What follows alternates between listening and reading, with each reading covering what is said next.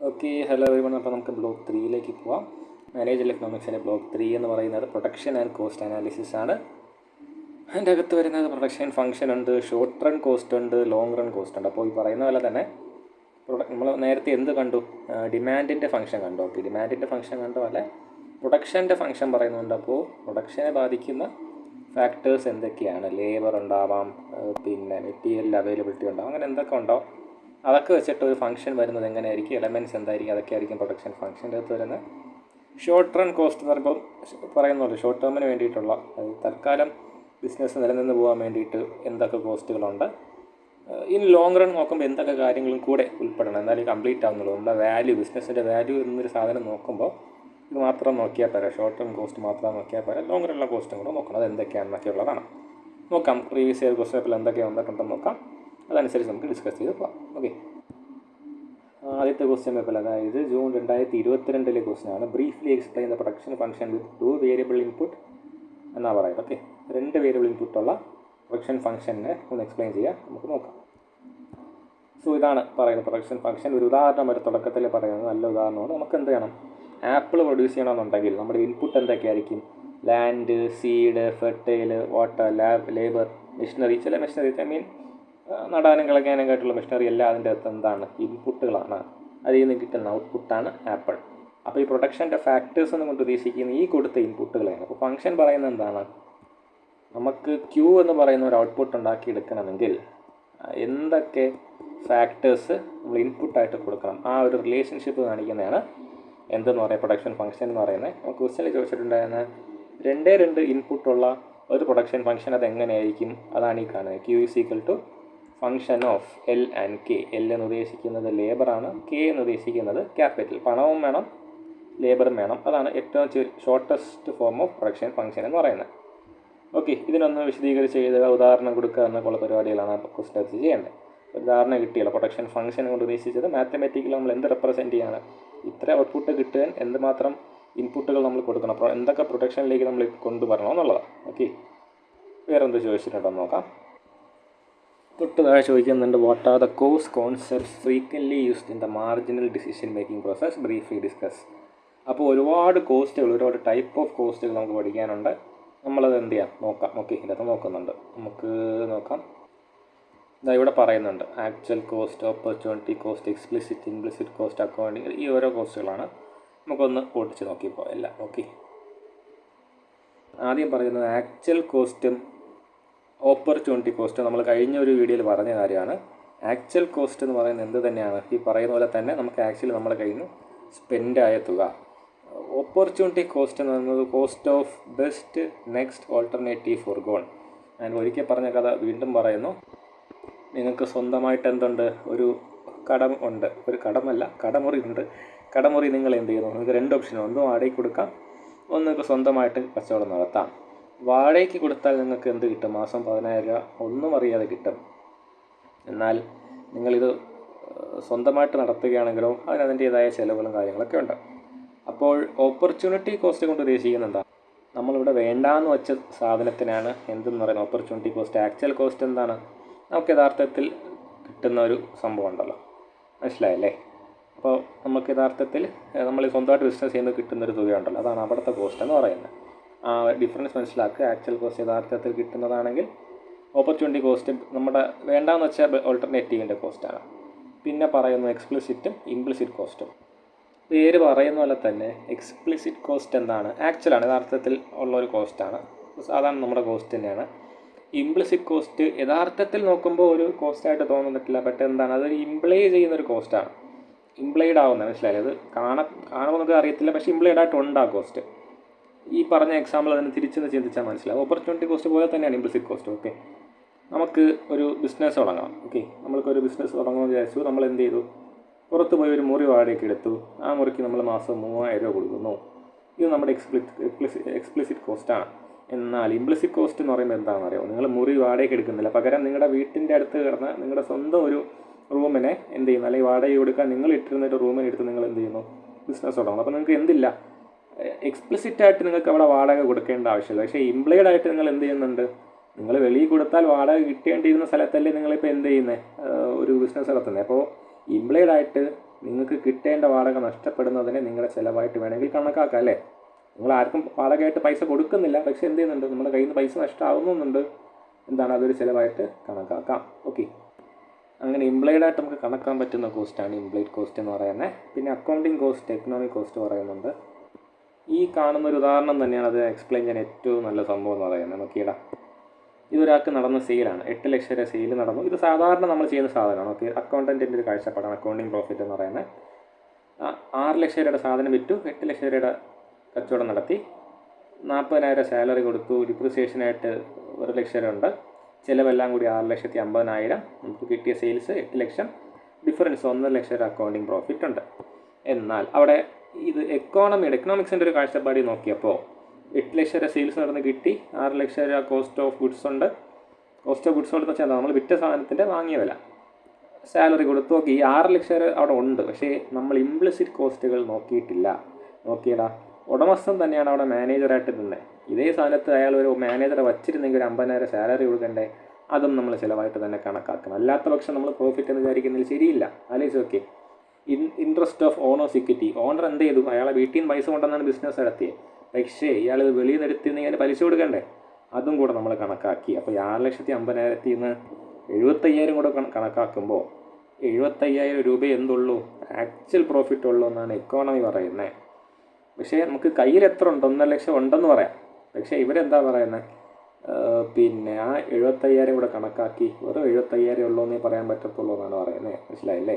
അപ്പോൾ ഇംപ്ലിസിറ്റ് കോസ്റ്റും കൂടെ കണക്കാക്കുന്നത് എവിടെയാണ്, നമ്മുടെ എക്കോണമിയുടെ ഒരു കോൺസെപ്റ്റിലാണ്. നമ്മുടെ അക്കൗണ്ടിങ് കോൺസെപ്റ്റിൽ എന്തേ ഉള്ളൂ, എക്സ്പ്ലിസിറ്റ് കോസ്റ്റുകൾ മാത്രമേ വരുന്നുള്ളൂ, മറ്റതിനകത്ത് ഇംപ്ലിസിറ്റും കൂടെ വരും. ഓക്കെ, പിന്നെ പറയുന്നു controllable cost, non controllable cost. പേര് പറയുന്ന പോലെ കൺട്രോൾ ചെയ്യാൻ പറ്റുന്നതും കൺട്രോൾ ചെയ്യാൻ പറ്റാത്തതും. Out of book, past cost, future cost, എല്ലാം പേര് പറയുന്നത് മനസ്സിലാവും. Historical cost and replacement cost. Replacement cost പേര് പറയുന്ന പോലെ മേലിലുള്ള സാധനത്തിനെ റീപ്ലേസ് ചെയ്യാൻ വേണ്ടി നമുക്ക് വരുന്ന കോസ്റ്റാണ്. ഓക്കെ, പിന്നെ ഒരു ഇമ്പോർട്ടൻറ്റ് കോൺസെപ്റ്റാണ് സങ്ക് കോസ്റ്റും ഇൻക്രിമെൻ്റൽ കോസ്റ്റും. Sunk cost means cost that have already incurred, നമുക്ക് എന്ത് ചെയ്യാൻ പറ്റത്തില്ല, റിക്കവർ ചെയ്യാൻ പറ്റത്തില്ല, അങ്ങനെയുള്ളതാണ് സങ്ക് കോസ്റ്റ് എന്ന് പറയുന്നത്. ഇൻക്രിമെൻ്റൽ കോസ്റ്റ് മീൻസ് നമ്മൾ ഇനി ചെയ്യാൻ പോകുന്ന ഓരോ അഡീഷണൽ യൂണിറ്റിനും ഉണ്ടാകുന്ന ചിലവാണ് ഇൻക്രിമെൻ്റൽ കോസ്റ്റ്. പിന്നെ പറയുന്നത് വളരെ ഇമ്പോർട്ടൻ്റ് ആയിട്ടുള്ളൊരു കോസ്റ്റാണ് ഡയറക്റ്റ് കോസ്റ്റും ഇൻഡയറക്റ്റ് കോസ്റ്റും. എന്താണെന്ന് വെച്ചാൽ ഡയറക്റ്റ് കോസ്റ്റ് പേര് പറയുന്ന പോലെ എന്താണ്, പിന്നെ ഡയറക്റ്റായിട്ട് നമുക്കൊരു യൂണിറ്റിലേക്ക് ഡിസ്ട്രിബ്യൂട്ട് ചെയ്യാൻ പറ്റും. അതായത് ഒരു യൂണിറ്റ് സാധനം എടുത്ത് നോക്കിയാൽ, നമ്മുടെ പ്രൊഡക്ഷനിലുള്ള എന്തോ ആയിക്കോട്ടെ, അതിൻ്റെ ഒരു യൂണിറ്റ് എടുത്ത് നോക്കിയാൽ അതിന് ഇന്ന സാധനത്തിൻ്റെ കോസ്റ്റ് എത്രയായി എന്നൊക്കെ പറയാൻ പറ്റും. ഫോർ എക്സാമ്പിൾ എന്താ പറയുക, എത്ര രൂപയുടെ മെറ്റീരിയൽ വെച്ചാണ് ഈ സാധനം ഉണ്ടാക്കിയെന്ന് ചോദിച്ചാൽ നമുക്ക് കൃത്യമായിട്ട് ഡിവൈഡ് ചെയ്ത് പറയാൻ പറ്റും. പക്ഷേ ചില സാധനങ്ങൾ നമുക്ക് എന്ത് ചെയ്യാൻ പറ്റത്തില്ല, അങ്ങനെ ഡിവൈഡ് ചെയ്ത് പറയാൻ പറ്റത്തില്ല. അങ്ങനെയുള്ള കോസ്റ്റുകളാണ് എന്ത് പറയുന്നത്, ഇൻഡയറക്റ്റ് കോസ്റ്റ്. ഇപ്പോൾ നമ്മളിപ്പോൾ ഒരു ബിസിനസ്സിൻ്റെ അകത്ത് ഒരു ഓഫീസും കൂടെ ഉണ്ട്, ഫാക്ടറി ഉണ്ട്, ഓഫീസും ഉണ്ട്. ഫാക്ടറിയിൽ എക്സ്പെൻസ് നമുക്ക് എന്ത് ചെയ്യാം, ഇത്ര രൂപയായി, ഇതിന് ഇത്ര രൂപയെന്ന് കൃത്യം പറയാൻ പറ്റും. പക്ഷേ ഓഫീസ് എന്ന് പറയുന്നത് മൊത്തത്തിൽ പ്രവർത്തിക്കുന്നതാണ് അല്ലേ, അതിനെ കൃത്യം ഒരു യൂണിറ്റിന് എന്ത് ചിലവായി എന്ന് നമുക്ക് പറയാൻ പറ്റത്തില്ല. അതിനാണ് നമ്മൾ എന്തെന്ന് വിളിക്കുന്നത്, ഇൻഡയറക്റ്റ് കോസ്റ്റ് എന്ന് വിളിക്കുന്നത്. പിന്നെ വളരെ ഇമ്പോർട്ടൻ്റ് ആണ് ഈ 3 സാധനം, total cost, average cost and marginal cost. Total cost പേര് പറയുന്ന പോലെ തന്നെ എന്താണ്, ഒരു certain level of unit output produce ചെയ്യാൻ വേണ്ടി, ഒരു certain unit of output produce ചെയ്യാൻ വേണ്ടിയിട്ട് നമുക്കുണ്ടാവുന്ന ഫുൾ കോസ്റ്റിനെയാണ് നമ്മൾ എന്തെന്ന് വിളിക്കുന്നത്, ടോട്ടൽ കോസ്റ്റ് എന്ന് വിളിക്കുന്നത്. ആവറേജ് കോസ്റ്റ് എത്രയാണ്, നമുക്ക് കിട്ടിയ ടോട്ടൽ കോസ്റ്റിനെ നമ്പർ ഓഫ് യൂണിറ്റ്സ് എത്ര പ്രൊഡ്യൂസ് ചെയ്ത് അതുകൊണ്ട് ഡിവൈഡ് ചെയ്യുമ്പോൾ കിട്ടുന്നതാണ് ആവറേജ് കോസ്റ്റ്. മാർജിനൽ കോസ്റ്റ് ഒരു യൂണിറ്റ് അഡീഷണൽ നമ്മൾ പ്രൊഡ്യൂസ് ചെയ്യുമ്പോൾ അതിനുണ്ടാകുന്ന ചിലവാണ്. പെട്ടെന്ന് ഇങ്ങനെ കേൾക്കുമ്പോൾ കാര്യം മനസ്സിലായി തരത്തില്ല, ഒരു എക്സാമ്പിൾ കാണിച്ചു തരാം, എന്നിട്ട് നമുക്ക് മുകളിലേക്ക് തിരിച്ചു വരാം. ഓക്കേടാ, ഇതാണ് നമ്മുടെ ഔട്ട്പുട്ട്. ഓക്കെ, നമ്മളെ ഒരു ബിസിനസ്സിൻ്റെ ഔട്ട്പുട്ട് ഇപ്പോൾ എത്രയാണ്, 0 ആയിരുന്നു. 0 ആയപ്പോൾ ഫിക്സഡ് കോസ്റ്റ് എത്രയുണ്ട്, 100 രൂപയുണ്ട്. Okay, fixed cost irrespective of the level of output എപ്പോഴും കാണും, പ്രൊഡക്ഷൻ ഉണ്ടായിരുന്നാൽ ഇല്ലെങ്കിലും കാണും. അപ്പോൾ എത്ര കിട്ടി, ടോട്ടൽ കോസ്റ്റ് 100 രൂപ കിട്ടി. നമ്മൾ ഒരു യൂണിറ്റ് പ്രൊഡ്യൂസ് ചെയ്യാൻ തുടങ്ങിയപ്പോൾ 100 രൂപ എന്തുണ്ട്, ഫിക്സഡ് കോസ്റ്റ് എല്ലാ പ്രാവശ്യവും ഉണ്ട്, എല്ലാ പ്രാവശ്യവും 100 രൂപ ഉണ്ടല്ലേ. വേരിയബിൾ കോസ്റ്റ് 50 രൂപ ഉണ്ട്. അപ്പോൾ ടോട്ടൽ കോസ്റ്റ് എത്രയായി, 100 + 50 150 ആയി. അപ്പോൾ 0യിൽ നിന്ന് 1ലേക്ക് വന്നപ്പോൾ, ഒരു യൂണിറ്റ് അഡീഷണൽ പ്രൊഡ്യൂസ് ചെയ്യേണ്ടി വന്നപ്പോൾ നമുക്ക് മാർജിനലായിട്ട് കൊടുക്കേണ്ടി വന്ന കോസ്റ്റ് 50 രൂപയാണ്. ഈ മാർജിനൽ കോസ്റ്റ് എന്ത് ചെയ്യും? ഇനി അങ്ങോട്ട് പോകും തോന്നുന്നു കുറഞ്ഞുകൊണ്ട് വരും. നോക്കിയേ, അടുത്ത രണ്ടാമത്തെ യൂണിറ്റ് പ്രൊഡ്യൂസ് ചെയ്തു. മാർജിനൽ കോസ്റ്റ് എത്രയായി? 40 രൂപ. എങ്ങനെ 40 രൂപ കിട്ടിയേ? 100 രൂപ പ്ലസ് വേരിയബിൾ കോസ്റ്റ് 90, 190. അപ്പോൾ ഈ 150 190 കുറയ്ക്കുമ്പോൾ 40 രൂപ. അപ്പോൾ നമുക്ക് സെക്കൻഡിൽ നിന്ന് തേർഡ് യൂണിറ്റ് പ്രൊഡ്യൂസ് ചെയ്യാൻ ഫസ്റ്റിൽ നിന്ന് സെക്കൻഡ് യൂണിറ്റ് പ്രൊഡ്യൂസ് ചെയ്യാൻ വീണ്ടും ഒരു അഡീഷണൽ യൂണിറ്റ് പ്രൊഡ്യൂസ് ചെയ്യാൻ വേണ്ടി ഉണ്ടായ ചിലവാണ് ഈ 40 രൂപ. പിന്നെ നോക്കിയപ്പോൾ 190 അടുത്ത് 220 എത്രയുണ്ട്? 30 രൂപയായി.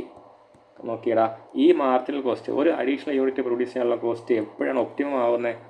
ഏതോ ഒരു പോയിന്റ് എത്തിക്കഴിഞ്ഞിട്ട് അത് തിരിച്ച് കൂടാൻ തുടങ്ങും. അതിന് തൊട്ട് മുമ്പാണ് ഇത് ഒപ്റ്റിമം ആവുന്നത്. അപ്പോൾ അതെല്ലാം നമ്മൾ നോക്കി വന്നത് നമുക്ക് ജസ്റ്റ് അറിയേണ്ടത് എന്താണ് മാർജിനൽ കോസ്റ്റ് എന്നുള്ളതാണ്. മാർജിനൽ കോസ്റ്റ് കോൺസെപ്റ്റാണ് എത്രയാണ് നമ്മുടെ മാക്സിമം അല്ലെങ്കിൽ ഒരു ഒപ്റ്റിമം ഔട്ട്പുട്ട് ലെവൽ എത്രയെന്ന് അറിയാൻ വേണ്ടിയിട്ട് സഹായിക്കുന്നതാണ് മാർജിനൽ കോസ്റ്റിൻ്റെ കോൺസെപ്റ്റ്. പിന്നെ നേരത്തെ പറഞ്ഞ ചില കാര്യങ്ങളൊന്ന് നോക്കുന്നു.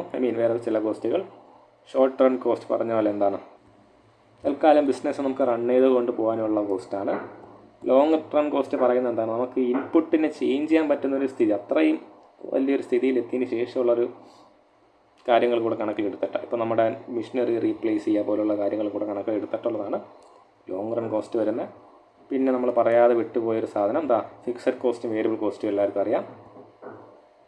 ഫിക്സഡ് കോസ്റ്റ് ഒരു ശ്രദ്ധിക്കേണ്ട ഒരു കാര്യം എന്ന് പറയുന്നത്, ഫിക്സഡ് കോസ്റ്റ് എന്ന് പറയുന്നത് ടോട്ടലി എന്തായിരിക്കും? ഫിക്സഡ് ആയിരിക്കും. ഓക്കെ, ഇൻ ടോട്ടൽ ഫിക്സഡ് ആയിരിക്കും, പക്ഷേ പെർ യൂണിറ്റ് ചേഞ്ച് ആയിക്കൊണ്ടിരിക്കും. കാര്യം എന്തുകൊണ്ടാണ്? ഔട്ട്പുട്ടും ഫിക്സഡ് കോസ്റ്റുമായിട്ട് യാതൊരു ബന്ധവുമില്ല. വേരിയബിൾ കോസ്റ്റ് നേരെ തിരിച്ചാൽ പെർ യൂണിറ്റ് എന്തായിരിക്കും? ഫിക്സഡ് ആയിരിക്കും, പക്ഷേ ടോട്ടൽ വേരിയബിൾ കോസ്റ്റ് എന്തായിരിക്കും? എപ്പോഴും ചേഞ്ച് ചെയ്തുകൊണ്ടിരിക്കും. ആ ഒരു കോൺസെപ്റ്റ് മനസ്സിലായി വിചാരിക്കുന്നു. ഫിക്സഡ് കോസ്റ്റിന് എന്തില്ല, എത്ര നിങ്ങൾ ഔട്ട്പുട്ട് ഉണ്ടാക്കുന്നു ഇല്ലയോ അതിന് കാര്യമില്ല. നമ്മൾ നേരത്തെ കണ്ടത് 0 ആയിരുന്നാലും ഔട്ട്പുട്ട് ഫിക്സഡ് കോസ്റ്റ് 100 തന്നെ. നിങ്ങൾ 20 പ്രൊഡ്യൂസ് ചെയ്താൽ ഫിക്സഡ് കോസ്റ്റ് 100 തന്നെ. അതുകൊണ്ട് നിങ്ങളുടെ ഔട്ട്പുട്ടും ഫിക്സഡ് കോസ്റ്റുമായിട്ട് യാതൊരു ബന്ധവുമില്ല. അതുകൊണ്ട് എപ്പോഴും ടോട്ടൽ ഫിക്സഡ് കോസ്റ്റ് എന്ന് പറയുന്ന സാധനം എന്തായിരിക്കും? ഫിക്സഡ് ആയിരിക്കും. പെർ യൂണിറ്റ് എത്ര ഫിക്സഡ് കോസ്റ്റ് ഉണ്ടെന്ന് ചോദിച്ചാൽ എന്താണ്? നമ്മുടെ ഔട്ട്പുട്ട് കൂടുന്നതനുസരിച്ച് മാറിക്കൊണ്ടേയിരിക്കും. പക്ഷേ വേരിയബിൾ കോസ്റ്റ് അങ്ങനെയല്ല. പെർ യൂണിറ്റ് എന്താണ്? വേരിയബിൾ കോസ്റ്റ് ഫിക്സഡ് ആണ്, ഒരു പ്രത്യേക എമൗണ്ടേ കാണത്തുള്ളൂ. പക്ഷേ ടോട്ടൽ വേരിയബിൾ കോസ്റ്റ് എന്ന് പറയുന്നത് നമ്മുടെ പ്രൊഡക്ഷൻ അനുസരിച്ച് യൂണിറ്റ് കൂടുന്നതനുസരിച്ച് മാറിക്കൊണ്ടേയിരിക്കും. ഒന്ന് മനസ്സിലുണ്ടാകട്ടെ, കോൺസെപ്റ്റ് ഉപകാരപ്പെടും. ഓക്കെ, നമുക്ക് അടുത്ത ക്വസ്റ്റ്യനിലേക്ക് പോകാം. അടുത്തൊരു ചോദ്യമാണ്, explain long run cost function. Long run എന്ന് പറയുമ്പോഴത്തേന് നിങ്ങൾ മനസ്സിലാക്കേണ്ട ഒരു കാര്യം എന്ന് പറയുന്നത്, നമുക്ക് ടൈമുണ്ട്. നമ്മൾ ഷോർട്ട് റണ്ണിൽ നമ്മൾ ഒരുപാട് തെറ്റുകൾ വരുത്തും. ഈ തെറ്റുകൾ തിരുത്താൻ എവിടെ ടൈമുണ്ട്? ലോങ് റണ്ണിൽ ടൈം ഉണ്ടെന്നുള്ള ഒരു സാധനമാണ്. നമുക്ക് നോക്കാം എന്താണ് ടെക്സ്റ്റ് പറയുന്നത്. ഇതാണൊരു U shaped graph of long run എന്ന് പറയുന്നത്. ഓക്കെ, അപ്പോൾ ഈ ലോങ് റൺ ആവറേജ് കോസ്റ്റിൻ്റെ ഒരു പ്രത്യേകത എന്ന് പറയുന്നത്, ലോങ് റണ്ണിൻ്റെ ഒരു കോസ്റ്റിംഗ് പ്രത്യേകത എന്ന് പറയുന്നത് നിങ്ങൾ നോക്കിയാൽ മനസ്സിലാവും. ഒരുപാട് ഷോർട്ട് റൺ ആവറേജ് കോസ്റ്റുകൾ നോക്കി അവസാനം ഇതെല്ലാം കൂടെ ചേർന്നിട്ടാണ് എന്ത് വരുന്നത്? ഈ ലോങ് റണ്ണിൻ്റെ ഗ്രാഫ് വരുന്നത്. എന്തുകൊണ്ടാണെന്നറിയോ? ഇത് പറയുന്നത് ലോങ് റണ്ണിലെത്തുമ്പോൾ നമുക്ക് എന്തുണ്ട്? ഈ പറഞ്ഞ പോലെ പറ്റിയ തെറ്റുകൾ തിരുത്താനുള്ള അവസരമുണ്ട്. ഷോർട്ട് റണ്ണിൽ നമുക്ക് ഒരുപാട് ട്രയൽ നടത്തി നോക്കി. ഓക്കെ, അതിൽ നിന്ന് ഒരെണ്ണം ബെസ്റ്റായിട്ട് കണ്ടെത്തി. നമുക്കിനി എന്ത് ചെയ്യാം? പിന്നെ നമ്മൾ അതേ തുടരത്തുള്ളൂ. ഫോർ എക്സാമ്പിൾ, ഞാനൊരു ഉദാഹരണം എൻ്റെ ഒരു ഇത് വെച്ച് പറയാം. ഞാനിപ്പോൾ ഒരു ബുക്കിൻ്റെ ഒരു പ്രൊഡക്ഷൻ നടത്തുന്നുണ്ട്. ഓക്കെ, അപ്പോൾ എനിക്ക് എന്താണ്, ഞാനാണെങ്കിൽ ഒരു സെർട്ടൈൻ ഇതാണ് എടുത്തിരുന്നത്, പ്രിൻ്ററിനെയാണ് ചൂസ് ചെയ്തിരുന്നത്. പ്രിൻ്റ് ചെയ്യുന്ന പ്രസ്സിനെ ചൂസ് ചെയ്തിരുന്നു. ആദ്യത്തെ പ്രാവശ്യം പോയി, രണ്ടാമത്തെ പ്രാവശ്യം പോയി, മൂന്നാമത്തെ പ്രാവശ്യം ആയപ്പോൾ ഞാൻ വേറൊരാളെ കണ്ടുപിടിക്കുന്നത് ഈ രണ്ട് പ്രാവശ്യം ചെയ്തതിനേക്കാളും മികച്ച കോസ്റ്റിന്, വളരെ കുറഞ്ഞ കോസ്റ്റിന് എന്നാൽ നല്ല ക്വാളിറ്റിയിൽ എനിക്ക് മൂന്നാമതൊരു സ്ഥലത്ത് ചെയ്യാൻ പറ്റുമെന്ന് മനസ്സിലായി. പിന്നെ അങ്ങോട്ട് എൻ്റെ ആ ഒരു ഇൻപുട്ട്, പ്രസ് എന്ന് പറയുന്ന എൻ്റെ പ്രൊഡക്ഷൻ ഫംഗ്ഷനിൽ ഇൻപുട്ട് എന്ത് തന്നെയായിരിക്കും? ആ പ്രസ് തന്നെയായിരിക്കും. ഈ രണ്ടിടത്തുള്ള തെറ്റ് ഞാൻ പിന്നെ എന്ത് ചെയ്യത്തില്ല, ആവർത്തിക്കത്തില്ല. അങ്ങനെ പൊയ്ക്കൊണ്ടിരിക്കുമ്പോഴാണ് എനിക്ക് മാർക്കറ്റ് ചെയ്യാൻ പുതിയൊരാളെ ഇവിടെ വെച്ച് കിട്ടുന്നത്. അപ്പോൾ പിന്നെ അങ്ങോട്ട് എന്താണ്, എൻ്റെ എന്ത് ശരിയായി? എൻ്റെ പ്രസ്സിൻ്റെയും ശരിയായി, മാർക്കറ്റിങ്ങിൻ്റെ ഇൻപുട്ടും ശരിയായി. പിന്നെ അങ്ങോട്ട് എൻ്റെ എന്തായിരിക്കും? ഇത് രണ്ടും നല്ലതുപോലെ ആയിരിക്കും പോകുന്നത്. ഇതാണ് ഈ പാരമ്പര്യമുള്ള ബിസിനസ്സുകളിലെല്ലാം നടക്കുന്ന കാര്യം. ഇതാണ് ലോങ് റണ്ണിൽ നോക്കുമ്പോൾ എന്താണ്, അവരുടെ കോസ്റ്റ് അവർ മിനിമൈസ് ചെയ്ത് ഒപ്റ്റിമൈസ് ചെയ്ത് വരാൻ പറ്റും. അതിനുള്ളൊരു സ്കോപ്പുണ്ട്. ഓക്കെ, അതാണ് ഈ ലോങ് റൺ കോസ്റ്റ് ഫംഗ്ഷൻ കൊണ്ട് ഉദ്ദേശിക്കുന്നത്. ഒരു ബേസിക് ഐഡിയ. ഇതിൻ്റെ പിന്നിൽ കണക്കും കാര്യങ്ങളും മറ്റേ എക്കണോമിക്കൽ ബന്ധമൊക്കെ പറയുന്നുണ്ട്. ഞാൻ അതിലേക്കൊന്നും പോകുന്നില്ല. വളരെ ബേസിക് ആയിട്ടുള്ള കോൺസെപ്റ്റ് ഇതാണ്. അപ്പോൾ ഈ ലോങ് റൺ ആവറേജ് കോസ്റ്റ് എന്ന് പറയുമ്പോൾ അവിടെ എന്താണ്, അത് ഒപ്റ്റിമം ആയിരിക്കും. എന്താണ്, ഏത് ലെവൽ ഓഫ് ഔട്ട്പുട്ടിനും ഒപ്റ്റിമം ആയിട്ടുള്ള ക്വാണ്ടിറ്റി ഇൻപുട്ട് എന്താണെന്നുള്ളത്, അല്ലെങ്കിൽ എന്ത് ക്വാളിറ്റി സാധനമാണ് വേണ്ടതെന്നുള്ളതിനെ കുറിച്ച് നമുക്കൊരു ധാരണ കിട്ടിയിട്ടുണ്ടാവും ഇൻ ലോങ് റൺ. ഓക്കെ, അടുത്ത ജൂൺ 2023 ക്വസ്റ്റ്യൻ പേപ്പറിലേക്ക് പോവുകയാണെങ്കിൽ അതൊക്കെ നമ്മൾ നോക്കിയത് differentiate between economic cost and accounting cost with illustration നമ്മൾ കണ്ടതാണ്. എന്താണ് എക്കണോമിക് കോസ്റ്റിൻ്റെ പ്രത്യേകത? അവരെന്തും കൂടെ നോക്കും, ഇംപ്ലിസിറ്റ് കോസ്റ്റും കൂടെ നോക്കും. നമ്മൾ ജോലി ചെയ്യുന്നെങ്കിൽ, നമ്മൾ ശമ്പളക്കാരനായിരുന്നുവെങ്കിൽ നമുക്ക് തരേണ്ട ശമ്പളം, നമ്മൾ സ്വന്തം പൈസ കൊണ്ടുവന്നെങ്കിൽ, നമ്മൾ കടമായിട്ട് എടുത്തിരുന്നെങ്കിൽ അവിടെ കൊടുക്കേണ്ട പലിശ, അങ്ങനെ യഥാർത്ഥത്തിൽ ഉണ്ടായിട്ടില്ലെങ്കിലും ഉണ്ടായിരുന്നെങ്കിൽ വരേണ്ടിയിരുന്ന ചിലവുകൾ കൂടെ കണക്കിലെടുത്തിട്ട് പ്രോഫിറ്റൊക്കെ നോക്കത്തുള്ളൂ. അങ്ങനെ ഇംപ്ലിസിറ്റ് കോസ്റ്റും കൂടെ നോക്കുമ്പോഴാണ് എക്കണോമിക് കോസ്റ്റ് ആവുന്നത്. അക്കൗണ്ടിങ് കോസ്റ്റ് യഥാർത്ഥത്തിൽ റെക്കോർഡ് ചെയ്ത് പോകുന്ന കോസ്റ്റുകൾ മാത്രമേ വരത്തുള്ളൂ. Explain short turn cost function. Short turn cost function എന്ന് പറയുന്നത് സാധാരണ ഒരു കോസ്റ്റ് ഫംഗ്ഷൻ, നമ്മളെ ലോങ് ടേമിൽ നോക്കാതെ ഷോർട്ട് ടേമിൽ മാത്രമേ ഉള്ളത്, ഒന്ന് നോക്കിപ്പോൾ. അതായത് ഷോർട്ട് ടേണിൽ എന്തൊക്കെ ടൈപ്പ് കോസ്റ്റ് വരും എന്ന് കാണിക്കുന്ന ഒരു ഫംഗ്ഷനാണ്. നമുക്ക് ഗ്രാഫിക്കലി തന്നെ നോക്കാം. ഇതാണ് പറയുന്നത്. അപ്പോൾ ഈ ഫംഗ്ഷൻ എന്ന വാക്ക് കേട്ട് ഒരു വലിയ സംഭവം വിചാരിക്കുന്നത് എന്താണ്, ഒരു ബന്ധം കാണിക്കണമെന്നേ ഉള്ളൂ. ഔട്ട്പുട്ടും കോസ്റ്റും തമ്മിലുള്ള ബന്ധം കാണിക്കണമെന്നേ ഉള്ളൂ. ഡിഫറെൻറ്റ് ലെവൽ ഓഫ് ഔട്ട്പുട്ടിൽ എന്തായിരിക്കും കോസ്റ്റ് എന്നുള്ളത് മനസ്സിലായില്ലേ? ഇവിടെ ഇതാണ് കാണിക്കുന്നത്. ഔട്ട്പുട്ട് മാറും തോറും എന്ത് മാറുന്നില്ല? ഫിക്സഡ് കോസ്റ്റ് മാറുന്നില്ല. വേരിയബിൾ കോസ്റ്റും ടോട്ടൽ കോസ്റ്റ് എന്താണ്? ഫ്രം എ ലെവൽ കുറഞ്ഞ് പിന്നെ ജസ്റ്റ് ഒരു ബെൻഡ് ചെയ്ത് ഇങ്ങനെ ഒരു കേവ് പോലെ പോയിക്കൊണ്ടിരിക്കും. ടോട്ടൽ കോസ്റ്റ് സ്റ്റാർട്ട് ചെയ്യുന്ന അവിടെ നിന്നാണ്, ഫിക്സഡ് കോസ്റ്റിൽ നിന്നാണ്, സീറോയിൽ നിന്നല്ല. ഇങ്ങനത്തെ കുറച്ച് പ്രത്യേകതകൾ അറിഞ്ഞു വച്ചേക്കുക. ഇപ്പോൾ ഫിക്സഡ് കോസ്റ്റിൻ്റെ ലൈൻ എപ്പോഴും parallel to the X axis ആയിരിക്കും. കാര്യം എന്തുകൊണ്ടാണ്? ഔട്ട്പുട്ട് അവരെ ബാധിക്കുന്നില്ല. ടോട്ടൽ വേരിയബിൾ കോസ്റ്റ് സീറോ നിന്നേ തുടങ്ങത്തുള്ളൂ. കാര്യം ഔട്ട്പുട്ട് ഇല്ലെങ്കിൽ വേരിയബിൾ കോസ്റ്റ് ഇല്ല. ടോട്ടൽ കോസ്റ്റ് എപ്പോഴും എവിടെ നിന്ന് സ്റ്റാർട്ട് ചെയ്യും? ടോട്ടൽ ഫിക്സഡ് കോസ്റ്റിൽ നിന്ന് സ്റ്റാർട്ട് ചെയ്യും. കാര്യം ഔട്ട്പുട്ട് ഇല്ലെങ്കിൽ ടോട്ടൽ കോസ്റ്റ് എന്തുണ്ടാവും? ഫിക്സഡ് കോസ്റ്റ് ഉണ്ടാവും. ഈ ഒരു ബന്ധം, ഈ ഒരു റിലേഷൻഷിപ്പ് ഒന്ന് മനസ്സിലുണ്ടാവട്ടെ. ഈ ഒരു ഗ്രാഫൊക്കെ വരച്ച് വയ്ക്കാൻ പറ്റിയ വളരെ നല്ല കാര്യം. ഓക്കെ, അടുത്ത ഡിസംബർ 2023 ക്വസ്റ്റ്യനിലേക്ക് വരുമ്പോൾ explain the production function short term function long term short term long term short run long run നമ്മൾ വ്യത്യാസം ചോദിച്ചിരിക്കുന്നത്. ദെൻ കണ്ടോ, അക്കൗണ്ടിങ് എക്കണോമിക് കോസ്റ്റും ഇംപ്ലിസിറ്റ് എക്സ്പ്ലിസിറ്റ് കോസ്റ്റും തമ്മിലുള്ള വ്യത്യാസം ചോദിച്ചിട്ടുണ്ട്. റിപ്പീറ്റഡ് സാധനങ്ങളാണ്. ഓക്കെ, ഒന്ന് നോട്ട് ചെയ്യാം. പിന്നെ ജൂൺ 2024 വരുമ്പോൾ വീണ്ടും ഷോർട്ട് റൺ കോസ്റ്റും ലോങ് റൺ കോസ്റ്റ്. അപ്പോൾ ഇമ്പോർട്ടൻ്റ് ആണ്, അതിൻ്റെ ഡയഗ്രാം സഹിതം പഠിച്ചു വയ്ക്കുക. ഷോർട്ട് ടേൺ റണ്ണും ലോങ് റണ്ണും. പിന്നെ ചോദിച്ചിട്ടുള്ളത് ഓക്കെ, ഡിസ്ക്രൈബ് പ്രൊഡക്ഷൻ ഐസോക്വൻറ്റും MRTSും ചോദിച്ചിട്ടുണ്ട്. അതായത് എന്താണ് പ്രൊഡക്ഷൻ ഐസോക്വൻ്റ് എന്ന് പറയുന്നത്, പിന്നെ marginal rate of technical substitution എന്താണ്, ഇത് explain the relationship between labour and capital. Okay, with diagram. വളരെ നല്ലൊരു ചോദ്യം. പൊതുവേ +1 എക്കണോമിക്സിലൊക്കെ ചോദിക്കുന്നൊരു സാധനമാണ്. നമുക്ക് നോക്കാം എന്താണ് നോക്കാം. വിത്ത് ഡയഗ്രാം തന്നെ നോക്കാം. ഈ കാണുന്നതാണ് ഒരു ഐസോക്വൻ്റ് എന്ന് പറയുന്നത്. ഐസോക്വൻ്റ് എന്നൊരു ഗ്രാഫിക്കൽ റെപ്രസെൻറ്റേഷനാണ്. എന്തിൻ്റെയാണ്? ഇവർ ഒരു കുറച്ച് ക്യാപിറ്റൽ ഇൻപുട്ടും ചെയ്തു, ലേബറിൻ്റെ ഇൻപുട്ടും കൊണ്ടുവന്നു. അതായത് നമുക്ക് എന്തോ ഒരു സാധനം ഉണ്ടാക്കണം. അതിനുള്ള 2 വഴി എന്ന് പറയുന്നത്, ഒന്ന് അത്യാവശ്യം ഈ മെഷീൻസ് കൊണ്ടുവരാം. ഓക്കെ, മെഷീൻസ് ആണെന്ന് വിചാരിക്കുക ക്യാപിറ്റൽ ഇൻപുട്ട്, ഇല്ലെങ്കിൽ ആൾക്കാർ വെച്ച് ചെയ്യിപ്പിക്കുക. ഒരു ഉദാഹരണം പറയുകയാണെന്നുണ്ടെങ്കിൽ, നിങ്ങളൊരു സോപ്പ് നിർമ്മാണ കമ്പനിയാണെന്ന് വിചാരിക്കുക. ഓക്കെ, നിങ്ങളൊരു സോപ്പ് നിർമ്മാണ കമ്പനിയിലാണ്. അവിടെ കുറച്ച് ജോലിക്കാർ നമുക്ക് കിട്ടും. കുറച്ച് പണി ജോലിക്കാരെ കൊണ്ടും ചെയ്യിപ്പിക്കാം, കുറച്ച് പണി ആരെ കൊണ്ടും ചെയ്യിപ്പിക്കാം, മിഷനെ കൊണ്ടും ചെയ്യിപ്പിക്കാം. അപ്പോൾ ഇവിടെ പറയുന്നത് എന്തെന്ന് വെച്ചാൽ, നമുക്ക് സെർട്ടൈൻ ലെവൽ ഓഫ് ക്യാപിറ്റൽ എടുക്കുക, സെർട്ടൈൻ ലെവൽ ഓഫ് ലേബർ എടുക്കുക. നമുക്ക് അതിൽ നിന്ന് എന്ത് കിട്ടും? ഒരു ഔട്ട്പുട്ട് കിട്ടും. നമ്മൾ ഡിസൈർ ചെയ്ത, നമ്മൾ ആഗ്രഹിച്ച ഒരു ഔട്ട്പുട്ട് കിട്ടും. ഇതിൽ നമുക്ക് എന്ത് ചെയ്യാം? ഇപ്പം നമ്മൾ ക്യാപിറ്റൽ കുറയ്ക്കുകയാണ്, മിഷ്യൻ്റെ എണ്ണം കുറയ്ക്കുകയാണ്. പകരം നമുക്ക് എന്ത് ചെയ്താൽ മതി? പക്ഷേ നമുക്ക് മിഷ്യൻ്റെ എണ്ണം കുറയ്ക്കുമ്പോഴും നമ്മുടെ ഔട്ട്പുട്ട് കുറയാൻ പാടില്ല. എങ്കിൽ നമ്മൾ എന്ത് ചെയ്താൽ മതി? ലേബറിൻ്റെ എണ്ണം കൂട്ടിയാൽ മതി. നേരെ തിരിച്ച് ചെയ്യാണ്. നമ്മൾ എന്ത് ചെയ്യാണ്? ലേബറിൻ്റെ എണ്ണം കുറയ്ക്കുകയാണ്. ലേബറിൻ്റെ എണ്ണം കുറയ്ക്കുകയാണെങ്കിലോ പകരം എന്ത് ചെയ്താൽ മതി? മെഷീൻസ് ഒന്ന് അഡ്ജസ്റ്റ് ചെയ്ത് കൂട്ടിയാൽ മതി അല്ലേ? ഔട്ട്പുട്ട് എന്ത് ചെയ്യാം? നിലനിർത്താൻ പറ്റും. അപ്പോൾ നമുക്കിവിടെ Q എന്ന് പറഞ്ഞാൽ 5 ആണ്. Q5 തന്നെ കിട്ടുകയും ചെയ്യണം, എന്നാൽ ക്യാപിറ്റലും ലേബർ മാറിക്കൊണ്ടിരിക്കുകയും ചെയ്യണം. അങ്ങനെ വരുന്ന പോയിൻ്റുകളുടെ ഒരു കളക്ഷനാണ്, ഒരു കളക്ഷൻ. അതിനെ കണക്ട് ചെയ്ത് പോകുന്ന ഒരു ലൈനാണ് ഐസോക്വൻ്റ് എന്ന് പറയുന്നത്. അപ്പോൾ എന്താണ് ഐസോക്വൻ്റ്? അവർ പറയുന്നുണ്ട്, this isoquant shows various combination of capital and labour input that can produce 5 units of output. Final output എന്തായിരിക്കും? 5 യൂണിറ്റ് തന്നെ ആയിരിക്കും പ്രൊഡ്യൂസ് ചെയ്യുന്നത്. പക്ഷേ നമ്മൾ ഇൻപുട്ടായിട്ട് കൊടുക്കുന്ന ക്യാപിറ്റലും ലേബറും മാറിക്കൊണ്ടിരിക്കും. ഇവിടെ നോക്കിയേ, ഇവിടെ ആദ്യം നമ്മൾ കൊടുത്തേക്കുന്ന ക്യാപിറ്റൽ 15 ഓക്കെ. 15 ക്യാപിറ്റൽ കൊടുത്തിട്ടുണ്ട്. എത്ര ലേബർ കൊടുത്തിട്ടുണ്ട്? 2 യൂണിറ്റ് ഓഫ് ലേബർ കൊടുത്തിട്ടുണ്ട്. അവിടെ നമുക്ക് കിട്ടിയ ഔട്ട്പുട്ട് 5. നേരെ മറിച്ച് ഇവിടെ വന്നപ്പോഴോ ഇവിടെ നമുക്ക് 10 എന്ത് കൊടുക്കുന്നുണ്ട്? ക്യാപിറ്റൽ കൊടുക്കുന്നുണ്ട്, 3 ലേബർ കൊടുക്കുന്നുണ്ട്. അവിടെ ഔട്ട്പുട്ട് 5.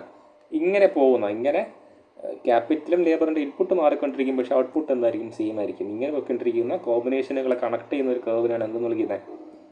ഐസോകോൻ കർവ് എന്ന് വിളിക്കുന്നത്. ഓക്കെ ആയി മനസ്സിലായെന്ന് വിശ്വസിക്കുന്നു. ഈ ഒരു മാപ്പ് ഇത് സാധനം മനസ്സിലുണ്ടാവട്ടെ.